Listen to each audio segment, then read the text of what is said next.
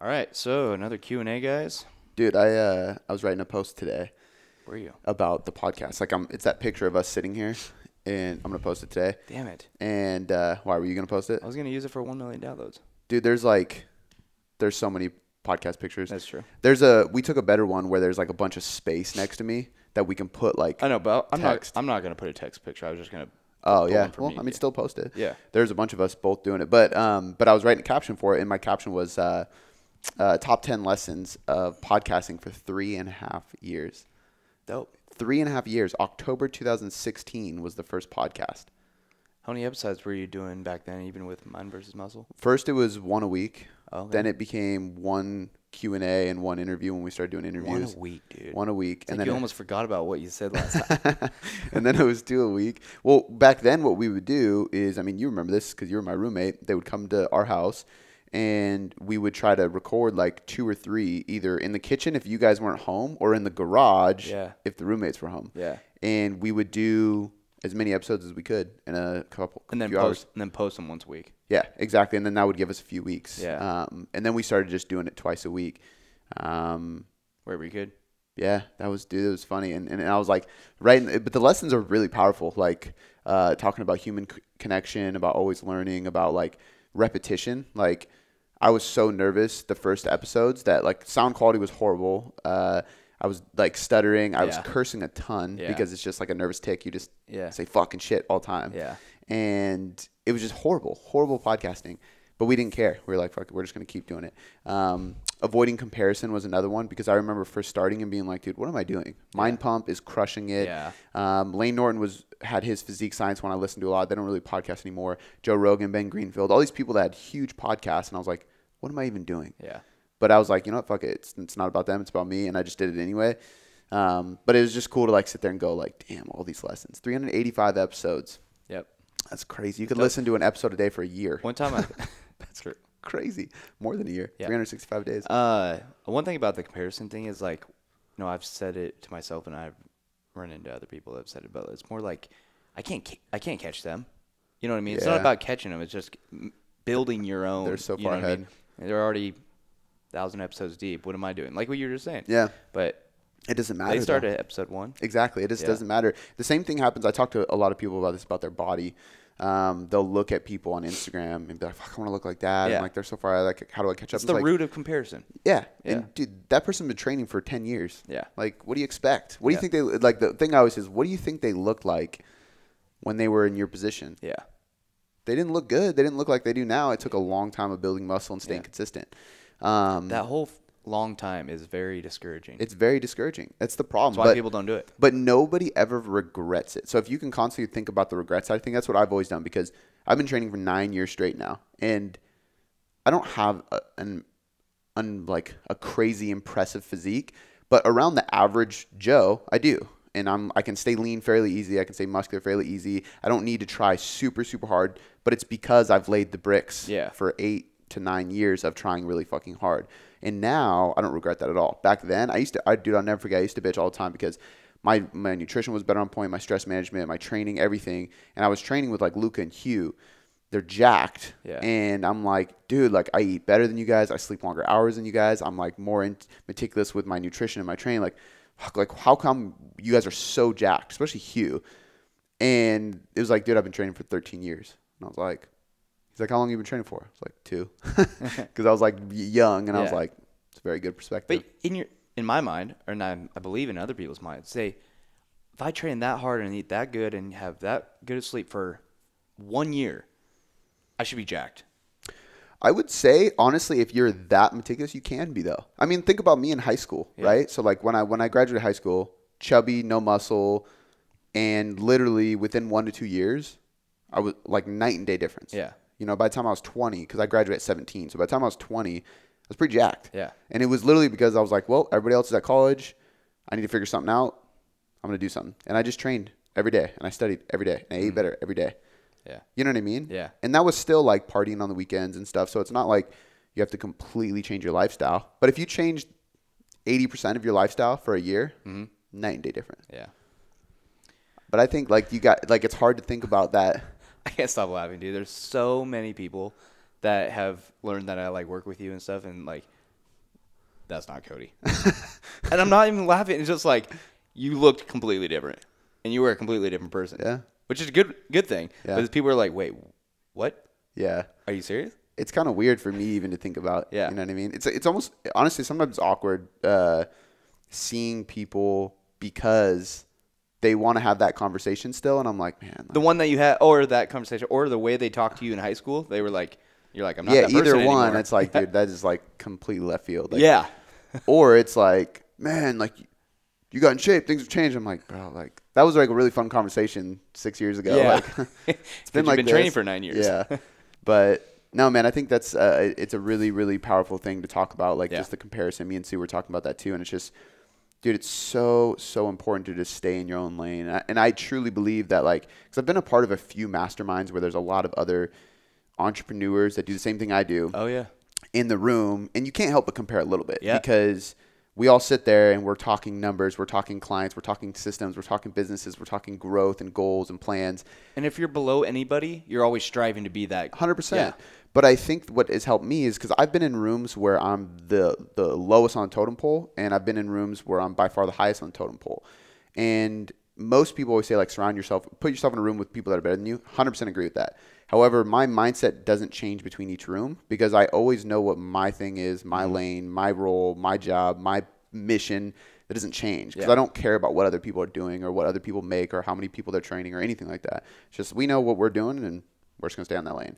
And I think people need to do that with everything. Yeah. I did that with podcasting. Yeah. Dude, and we're creeping up on the chart to be one of the top podcasts in fitness, which is crazy. That's awesome. And one of the things I said, I was like, you have to set your goals super fucking high because I remember starting a podcast and immediately saying, one day we'll have a studio that people will come out to record at. I will have a co-host with me. We will have better sound quality. Like I had like all these things. We'll be on the top 1 million downloads, all these things.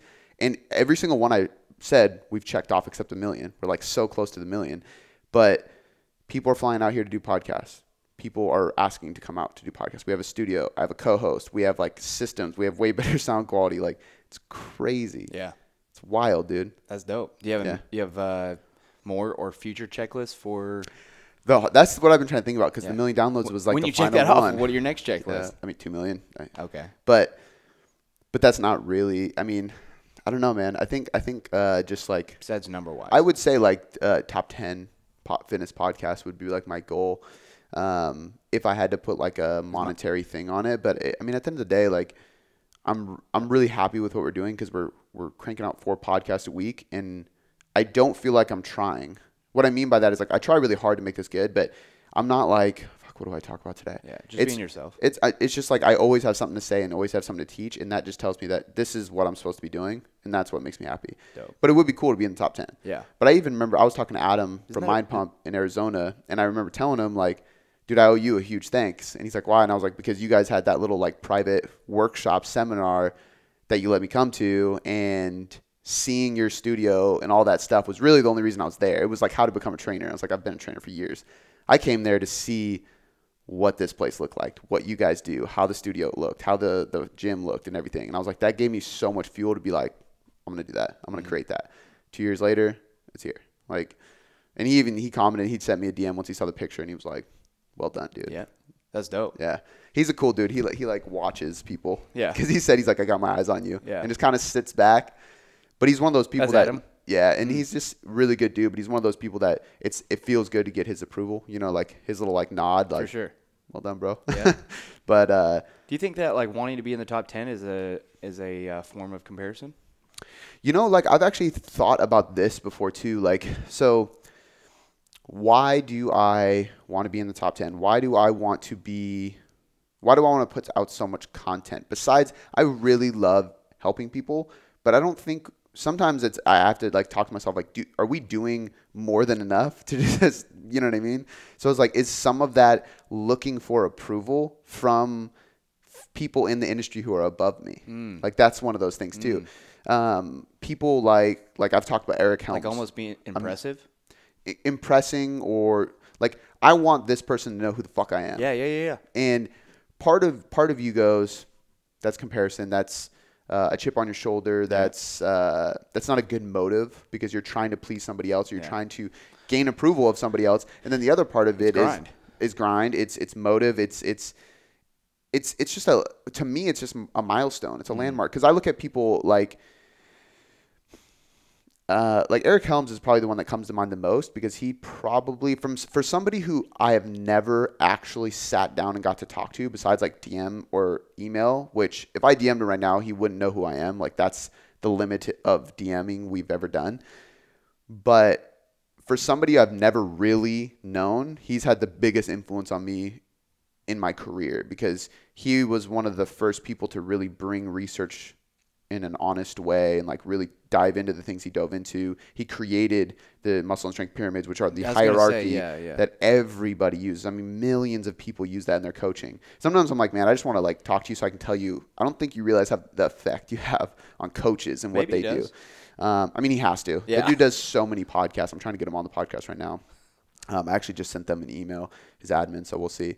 But that's something that comes to mind, is like, I really want that person to know who I am, and I want them to approve of what we do, because that like tells me that I'm doing it the right way. Yeah, you know, I'm not. Adam is the same in a different realm, because Mind Pump had a big influence on me to podcast. But yeah, man, and I think there's a lot of people over the years that have had that effect on me. Even like some people that were like, oh yeah, dude, I've been following your stuff for a while, and I'm like, what? Yeah, like, that's crazy. But I think when I ask you about what are the next checklists, maybe some of those next checklists could be getting certain people on your podcast. Mm-hmm. I've thought about that. Like Greg Knuckles is another one that I really want, because I really look up to him, and he's going to be on the podcast. He's working on a book right now, so he was basically like, I just got to finish this book, and then let's do it. And I was like, all right. Eric Trexler is another person I really look up to. The people I look up to. Eric Trexler, you haven't had him yet? I have had him on the podcast. Okay. And I mean, starting next Tuesday, he's going to be my coach. So it's like, oh, that's right. So, and that's another reason why I saw him out. But I think the people, like, I think the reason it's not a bad thing, and it's not a way of like, because there's two sides of it, right? Like, I remember having an issue with money, and the reasons behind like trying to be successful were literally just to try to get my dad's approval, because I thought if I made more, he would love me more. And it's like it's a rabbit hole to go down of like why that was ingrained in me and why it's not really true at all. And it kind of set self-limitations of how successful I could be, because I was doing it for the wrong reasons. Yeah. This is years ago when I had this kind of revelation. But that's a form of seeking approval that is negative. That's not conducive to happiness and success. Yeah.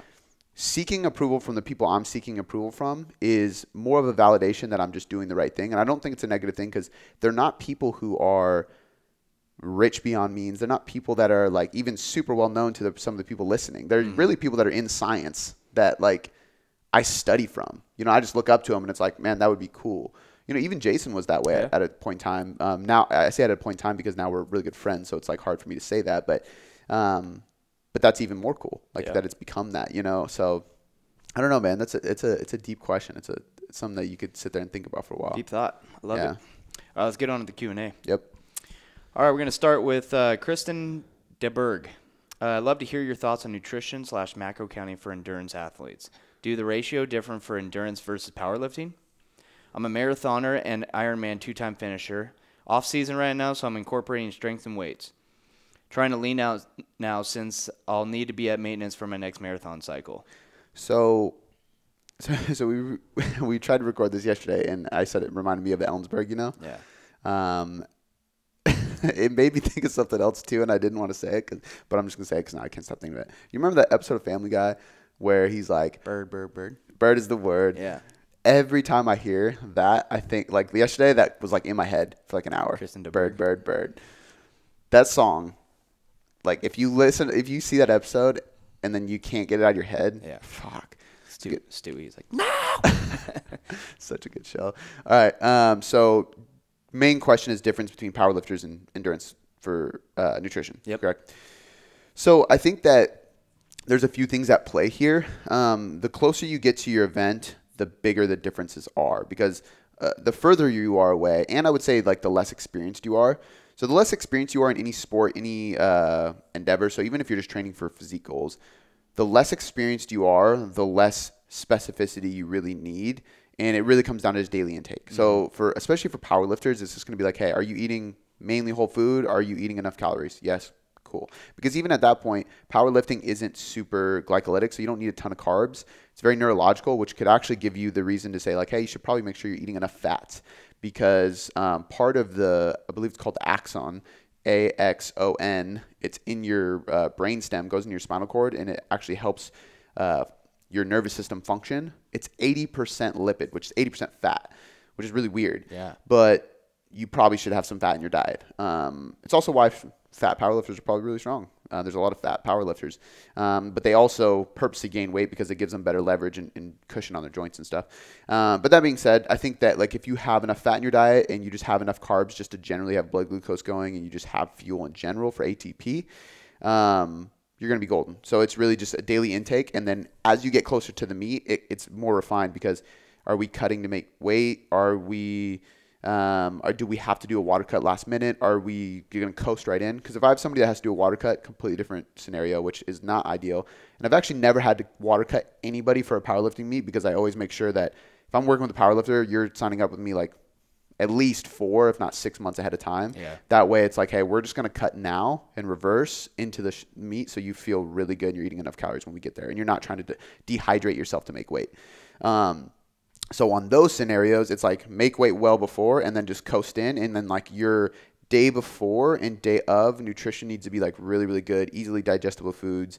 I like to have like a pre-workout meal of carbs, starch, fruit. So carb, like 80 to 90% starch, 10 to 20% fruit, a little bit of fat just to slow digestion down, and a lean protein source. Salt on that meal. If you have that a couple hours before your meet, and then you just have some like powdered, like some kind of carbohydrate. So it could even be a Gatorade. Yeah. Present, I think you're golden. So when you drink that Gatorade, you're going to get an insulin effect. You're going to have blood glucose rise. That's actually going to lead to better performance. Studies show people can, it's actually crazy. People can take Gatorade or sugar or glucose solution, which is just like diabetics use it at the hospital, you know, swirl that in your mouth and spit it out, not even swallow it. And you'll get a performance enhancement because the glucose touched your taste buds. It has that insulin. It's in your system. Yeah. Insulinogenic effect. But that just goes to show you, like, how much are you really swooshing in your mouth? Probably 5 grams. Yeah. Like, there's just not that many carbs there. So it just goes to show you don't need to have a massive amount. But that's plenty for a powerlifter. Yeah. A powerlifter isn't going to make or break a meet based on their pre-workout meal. Yeah. It's going to be from the year of training leading up to it. An endurance athlete will absolutely make or break their run based on their meals, because if they aren't eating enough, they don't have enough fuel. If they're not eating enough, they're not recovering enough. If they don't time their pre-workout meal well enough, or don't even eat before their workout, if they do it fast in the morning, you're going to bonk halfway through because you're going to run out of glucose pretty quickly, especially if you're a consistent runner, because you're basically depleting your glycogen stores every time you go on a long-ass run. So there's a few things with that. Number one, daily intake still matters most. A higher carb diet compared to a powerlifter. Spaced out meals. I would rather have somebody who's a runner eating 5 or 6 times a day. So it's more frequent feedings at slightly smaller amounts, but having those carbs every meal. It's not as important as the daily intake, but still having frequent feedings with protein, carbs, and fats in every meal just kind of gives you balance, even keeled recovery, energy, sustainability throughout the day. No crazy blood sugar drops. You're not bonking. And then probably having some kind of peri-workout, so intra-workout carbohydrate as well while you're running. I believe it's 1 gram per minute that you can absorb during trainings, which would mean like 60 grams of carbs in an hour-long session. I think that's for like high endurance. For like bodybuilding and stuff, I think you can cut that in half. Yeah. I'll do 30 grams in my workout. My workout's usually an hour. But for endurance sports, I would have like 60 grams of carbs for an hour run. If you're doing a 2-hour run, you could probably still get away with 60 grams, but you wouldn't have to start drinking it realistically until towards the end of the run anyway, halfway through when you start getting really depleted. But yeah, I mean, the biggest difference is you're going to have a higher carb ratio in your macros. You're going to have more frequent feedings. You have to be more particular about timing your meals, because especially if you're doing a run in the morning, lifting at night, or anything like that, you got to have meals before each session, in between each session, so on and so forth. So I have a person that does 2 days on a regular basis, and it's basically like wake up, pre-workout, 3-4 hours later post-workout, and then pre-workout a couple hours later, post-workout at night, because they have 2 sessions. So it's like a meal before and after is like the main thing we're focusing on, and then like a high-protein snack before bed. And that's a perfect example of somebody doing endurance and lifting. Yeah. But she said she needs to lean out, right? Yeah. So I think you do that, and then you just create a caloric deficit. So follow all those guidelines and then create a slight calorie deficit. probably more so via fat, making sure you're not going too low. Don't go below like 0.3 to 0.4 grams per pound. But yeah, you don't want to like slash carbs, because then if you're trying to diet and lose weight, but you're slashing carbs, your running is going to go downhill, cortisol is going to go up, you're not going to lose weight, so on and so forth. That's a hard mix. Like, contradict. It's one of those things where people are like, I want to perform at my most optimal, but I really want to lose fat. And it's like, well, let's choose one or the other, right? Like, so like even like I had a power lifter, it's like, okay, we're going to drop a weight class. I'm like, okay, how long until your meet? Like 8 months, like a long time. It's like, okay, we're doing a 4-month diet, like hard. I don't want you to expect PRs in your performance. We're going to try to maintain your strength, because for somebody like that, she's already doing well in her weight class. So if she maintains this strength and drops a weight class, she'll smash people in the lower weight class. She doesn't even need to get stronger. But for us, we're like, okay, 4 months of dieting, maintaining strength, then reverse and try to gain a little bit of strength before the meet. That's golden. But we're periodizing that. Fat loss now, strength later. Fat loss now, performance later. So people like this, I would say the same thing. Like, if you really want fat loss, you have to kind of outweigh your goals. If fat loss is more important in the meantime, then chop your volume of running down so you can actually handle a fat loss diet, and then come back to high volume when you can bring calories up. For sure. So, love it. All right, we'll go to the next question. How do you handle past injuries and knee surgery that kept you out of the gym? Mindset, macros, return to exercise. When does atrophy set in? Atrophy. All right, next question. How do you say hypertrophy or hypertrophy? Now I'm saying it like weird. Yeah. How do you say it? Hypertrophy. Hip hop anonymous. You know what that's from? Yes. All right, so next question. No, we're answering that because it's a good question. All right, go. No, the reason I asked that too is because there's a lot of people that say, I say hypertrophy. What do I say? Hypertrophy. Hypertrophy. But some people say hypertrophy. How do you hypertrophy. It? Hypertrophy. That's what I say. Hypertrophy. Yeah, that's right. Nobody knows, because some people say hypertrophy, like hypertrophy. Oh. I say hypertrophy. It's so hard to say now. What do I say? Hypertrophy. Hypertrophy. Damn, some people say hypertrophy. Dude, my brain doesn't work that way. I know, it's weird now that I'm going back and forth, but some people say hypertrophy. Good. And I say that's what I say. I thought I was stupid for saying that. You can't. People go back and forth. I don't know if it's like an accent thing or what. And the other. It's the same thing with like creatine. A lot of people say creatine. Some people say trophy. Creatine. Yeah. Some people say creatine. And I've heard like scientists say creatine, and I've heard scientists say creatine, and I'm like, I mean, there's an E after the N, so I think it's creatine. Yeah. But I'm also not a scientist. I'm also not an English teacher. Is it also atrophy? Atrophy? Atrophy. Yeah. You think? No, because atrophy, I guess. No, but I usually say atrophy. Now, anyway, atrophy is the loss of muscle. So I think like there's 3 parts of this. How do I handle mindset, macros, and fitness in dealing with atrophy? I think my mindset, macros, and fitness are how I deal with atrophy and getting back to where I am. So I'll start with mindset. I think the most important thing with mindset is like when I had surgery, it was like changing my perspective. What situation am I in? And instead of like immediately my mind goes, damn, shit's fucked. I'm not going to be able to train. I'm probably going to get fat, going to lose track. I've worked so hard for all this. I'm going to lose muscle, lose strength, so on and so forth. And then I had to like sit there and journal and think, and it was one of those things where it was actually perfect, because like when I remember being in the hospital, she tells me it's 100% torn, you need surgery ASAP, so I'm gonna go get in touch with the doctor and I'm gonna connect them to you to the surgeon, you can figure out a schedule. And I was like, okay. Leaves, and we were gonna be there for a while, and Shannon's like, do you want some food? I'll go get some food and come back. And I was like, yeah. So she leaves. No cell phone service in the hospital, so I'm just like laying there like, fuck. And that's when I was like, everything's fucked. I'm not going to be able to blah, blah, blah. What hospital were you at? Sorry. Good Sam's, because that was the closest one in Puyallup. Yep. And then I had surgery in downtown Seattle from some of the guys that do like the Seahawks and stuff. Yeah. But I remember sitting there and going, like, snap out of it, dude. Like, woo is me. Like, just think of what is going to be positive out of this. And so basically I just had to change my perspective. And that's my suggestion with any mindset related thing. It's like, what do you need to do? How can you completely flip the story into a positive? And it's always the thing is like, what happened? Instead of why is it negative? Why is it positive? And then what's the lesson? Like, what are you going to do about it? So for me, it was like, what happened? Tore my meniscus again, and I have surgery again. Why is it positive? Well, this gives me a chance to remotivate myself. This gives me a chance to like recomp. This gives me a chance to rehab better than I did last time. Because obviously I didn't rehab very well. Because when I tore it the first time, I wasn't even training in the gym.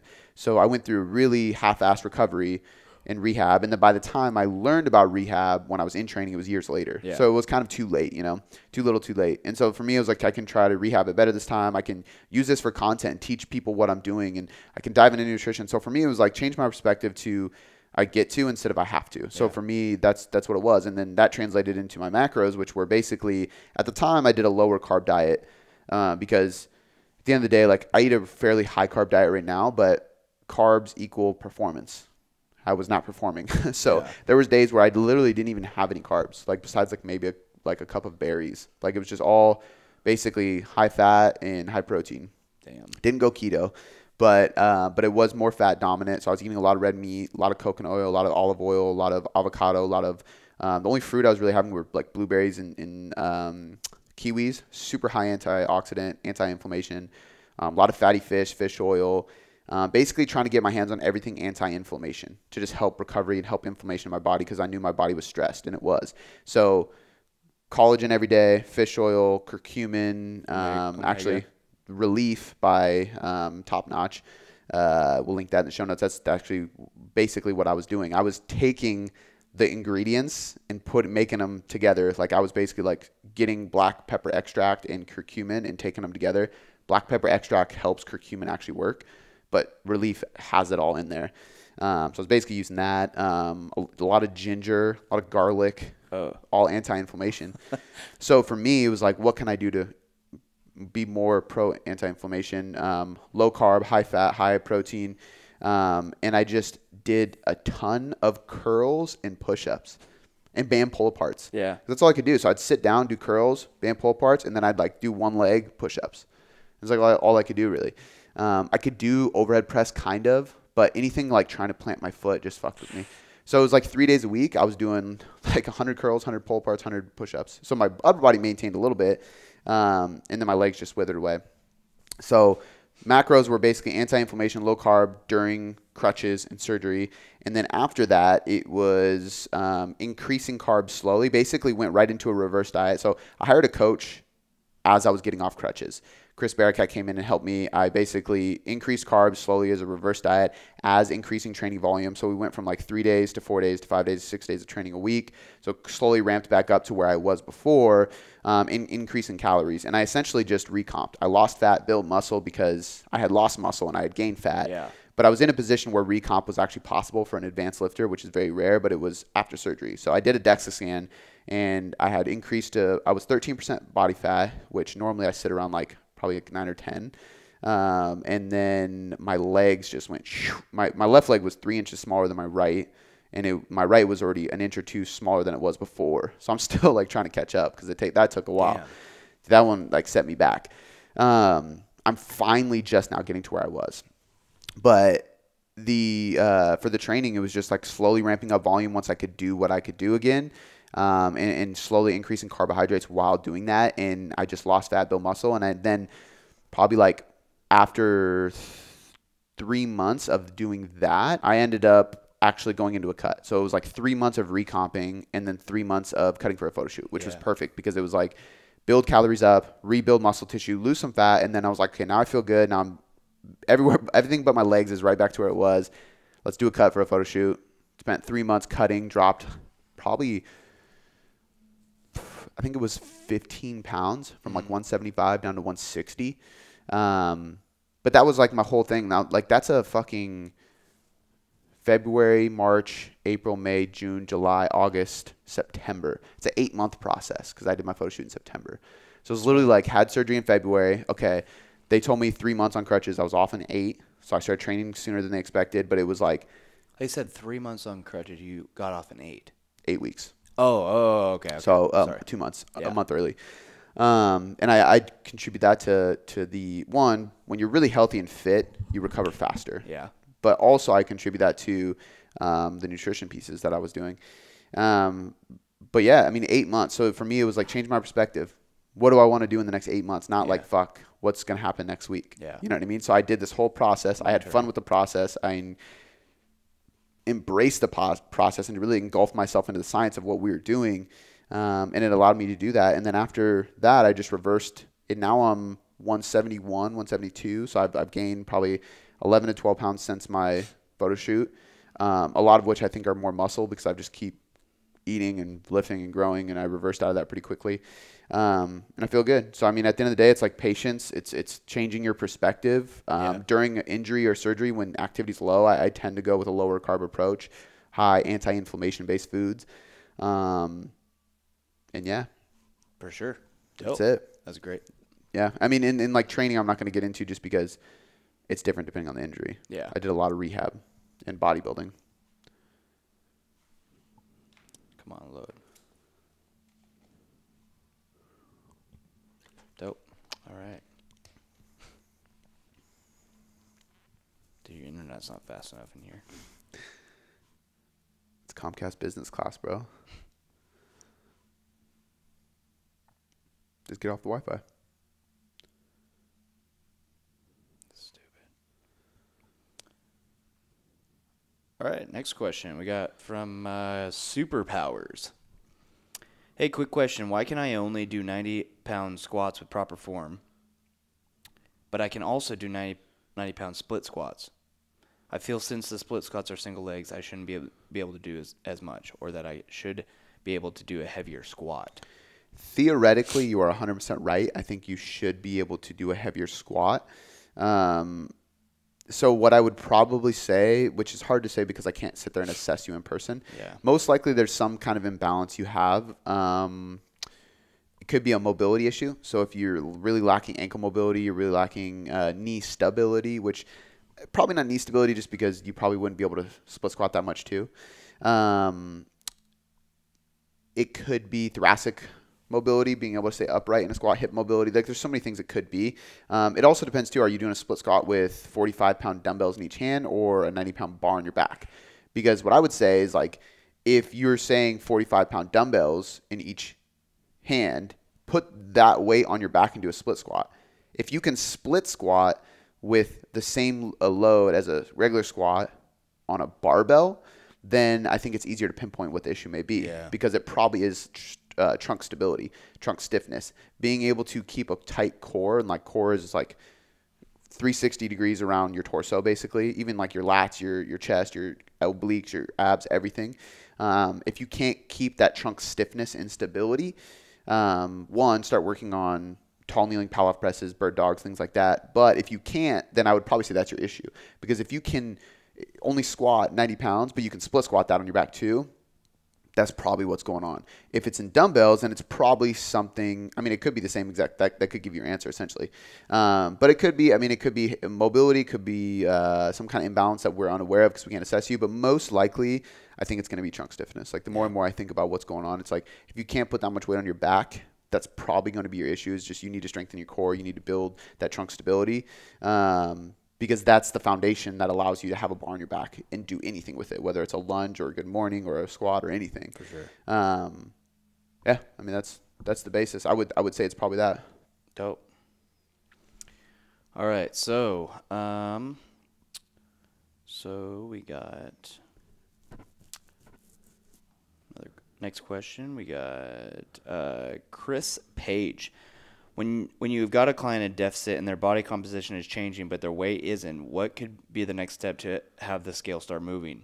I don't want to put them in a crazy deficit because I know that will only hurt them in the long run. Really good question. I think this is pretty common. I have like a checklist that I would probably recommend going through. There's two things here. Like number one, if they can go into a deficit, you might just have to put them in a deficit. Yeah. Like I think a lot of people, we were talking about this with the physique development guys. Like, I want to cut, I want to lose a lot of fat, but I want it to be easy. I don't want to be stressed. Like, I want to be able to eat out. I want to still drink. And it's like, a cut is not. Yeah, you got to sacrifice. There's certain things you have to sacrifice.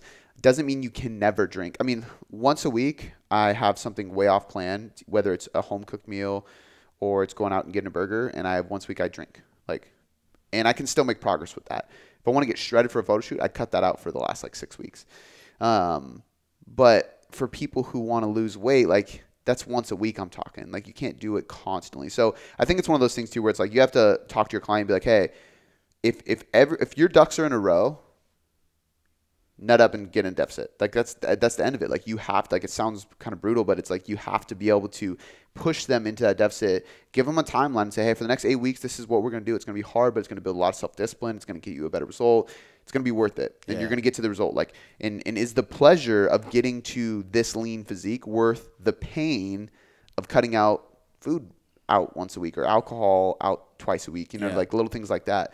And if you kind of show them the association of pain and pleasure, I think you'll be able to tap through. Now, if their ducks aren't in a row, then get their ducks in a row. And what I mean by that is basically like go through your checklist. Or is 80 to 90% of their food whole foods? Are they eating out only once, maybe twice a week? And when they eat out, is it trackable? Are they drinking more than once a week? Are they getting enough water? Are they getting 7 hours or more of sleep per night? Probably not. That's probably the first one you should start with. Are their macros really on point? Like, are you even tracking macros, right? Like, make sure they're tracking macros. And if they are tracking macros, are they measuring their food properly? Are they eating enough veggies? Are they eating enough fruit? Are they splitting up their protein evenly in each meal? Are they doing pre and post workout meals a little bit more effectively?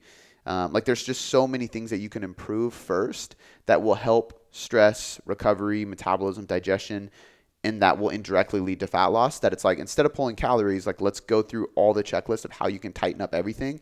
And I actually find that, like, if you list all those things, people are like, oh, like, that's so much shit. But as a coach, if you say one thing, you're like, hey, can we tighten up water and meal timing or sleep or whatever? It's like one or two things. Okay, I can do that. Then they feel better. When they feel better, they have more momentum and motive to keep doing. And adherence just gets better and better. So one thing at a time, getting your ducks in a row. And then after that, it's like, okay, got to go on a calorie deficit. Like, it's just the name of the game. Because once you get started on those first one or two things, then it becomes a habit. And then you can start on the next one to make it become a habit. And it's habit stacking. Habits just get easier as you stack them and add them on. Absolutely. And keep them consistent. But if you dropped 17 habits at once, it's very overwhelming. All right, so we're going to go with Jessica Tottarello Todd. Interesting. What are some signs or symptoms someone might see that would indicate that they should get their hormones tested, estrogen or testosterone? I wouldn't even limit it to just estrogen or testosterone. I would say, like, all sex hormones, a full metabolic panel. I think it's smart 2 or 3 times a year for people to get vitamin D, cholesterol, basically a full metabolic panel, like all your potential deficiencies, then sex hormones. So you're getting SBGH, growth hormone, testosterone, thyroid, estrogen, progesterone. Like, just get everything, because if there's any red flags, then you know. And that kind of gives you accountability, because every, like 4, 5, 6 months, you're getting your hormones tested. For sure. At least once a year. But symptoms that tell me you need to is, number one, unexplained weight gain. If you're gaining weight or cannot lose weight and you have no explanation as to why, because you actually have created a big deficit, you've done everything you need to do, go get it tested. Go get your health tested too, because even stuff like PCOS, there are some effects that cause a calorie deficit to not really work for individuals. But it's not because a calorie deficit doesn't work. Calorie deficit always works. It's thermodynamics. It's that there's some metabolic processes that kind of go haywire, and essentially your calorie deficit is going to be much lower than the average individual's. Therefore, you think a calorie deficit's not working for you, but it is. You're just not in a big enough calorie deficit, and you have to go even further.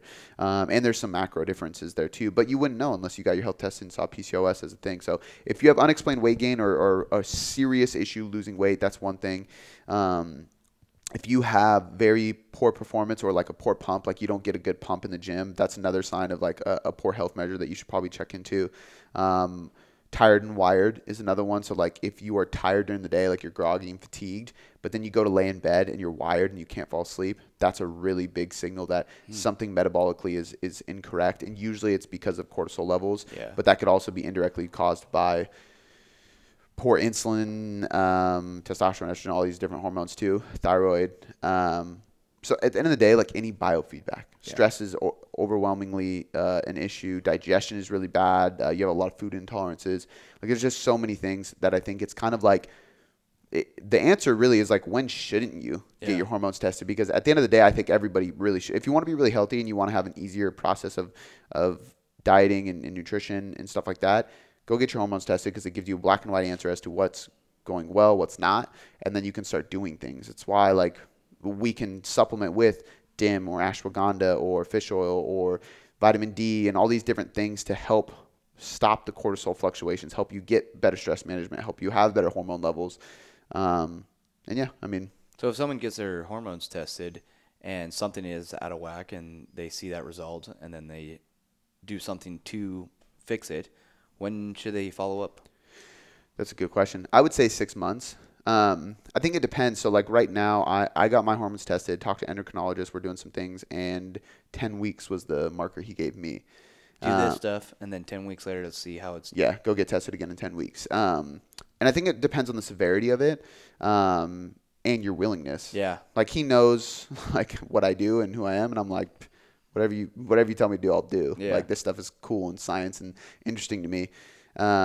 But most people, I would say, like, you know, like in between 3 to 6 months, and it kind of depends. Like, and it's also more so like, I believe that your true biofeedback tells you more. So testosterone is the best example to use for this.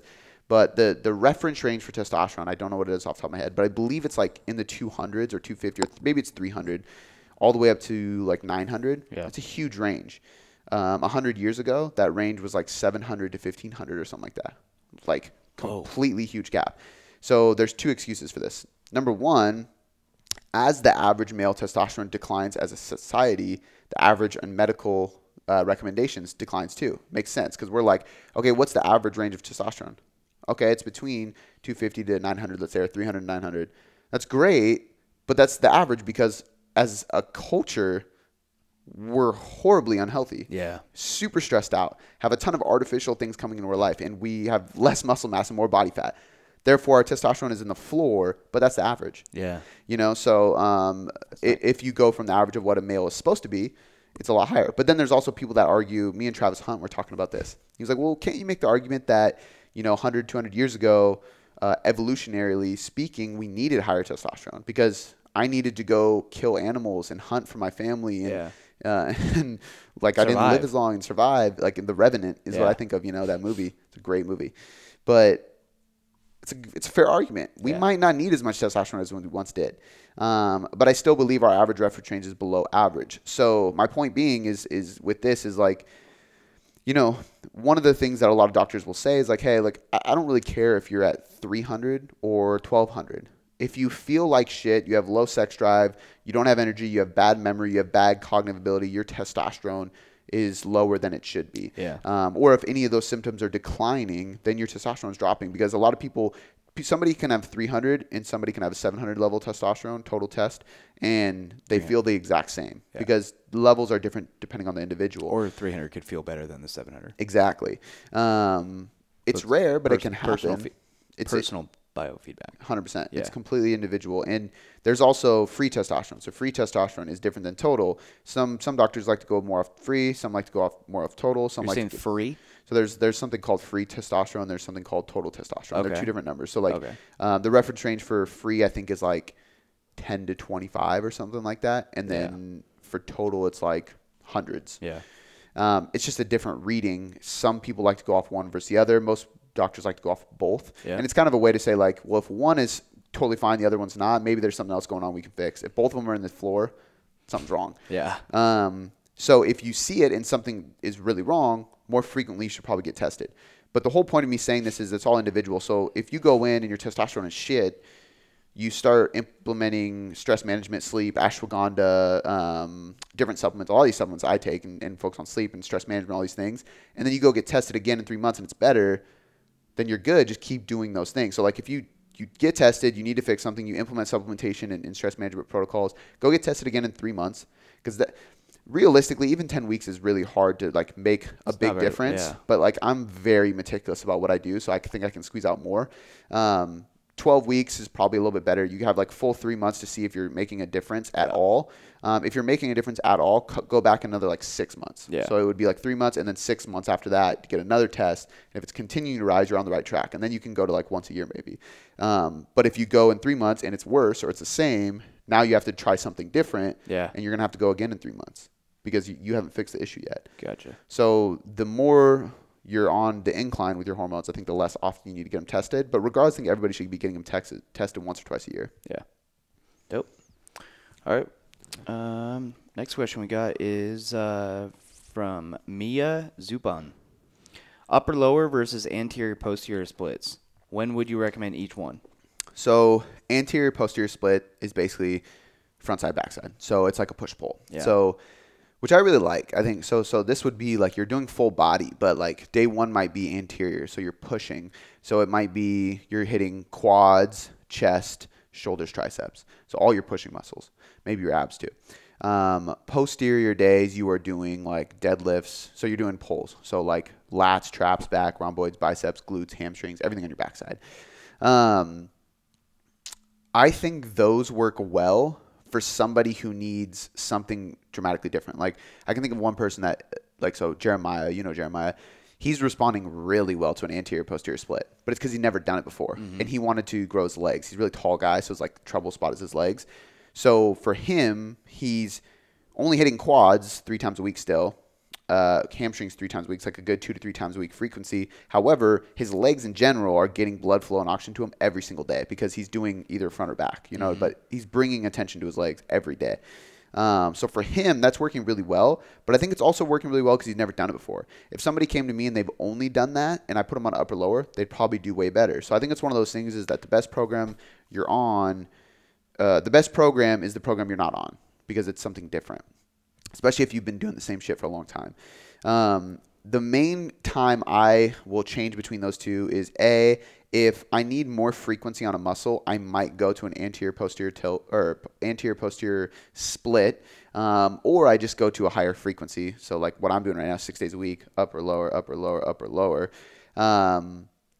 But it's hard to say. I will often do, like I have a anterior posterior split in the Tailored Trainer portal, and I like sending people to that one if they have aesthetic goals, but they have a CrossFit background because it's full body. Mm-hmm. When you do a squat and a bench press in the same day, like you're taxed. So it's great for fat loss, but it's also one of those things where your heart rate's going up. You feel like really exhausted. Some people are addicted to that high intensity, full body. If that is you, but you have an aesthetic goal of fat loss or muscle growth, I push you towards an anterior posterior tilt sometimes. If you have more of a bodybuilding background or if you have any joint issues, upper lower split. I like an upper lower split better because my shoulders usually hurt after a couple weeks of doing anterior posterior tilt, or I always say that anterior posterior split, anterior posterior tilts on the pelvis, but because it's like I come in and I'm like squat or front squat and then push and then extension. Like there's no pulling, there's no extension, and there's no retraction of my scapula. Mm-hmm. So I end up getting kind of sore and in a shitty posture. So for me personally, like I feel better on an upper lower split just because from a joint perspective, I like supersetting things. Like I'm doing a dumbbell press with a row. Like my shoulders feel so much better when I do that. And if I'm accomplishing the same volume in either scenario, the result's going to be the same from a muscle growth perspective. For sure. So yeah, the only time I ever really favor anterior posterior is like if you've never done it before and if you really enjoy full body, I think it's a great change of pace. I've done that many times for myself just as a change of pace. I think it's fun. If you ever have any joint issues, I like an upper lower split that uses a lot of pushing and pulling supersetting because I think it's just healthier on your joints. It's not as repetitive. But either one, as long as volumes, it's basically like playing a volume game. Like which one's going to allow you to adhere better, have fun, more fun, and then manage your volume appropriately.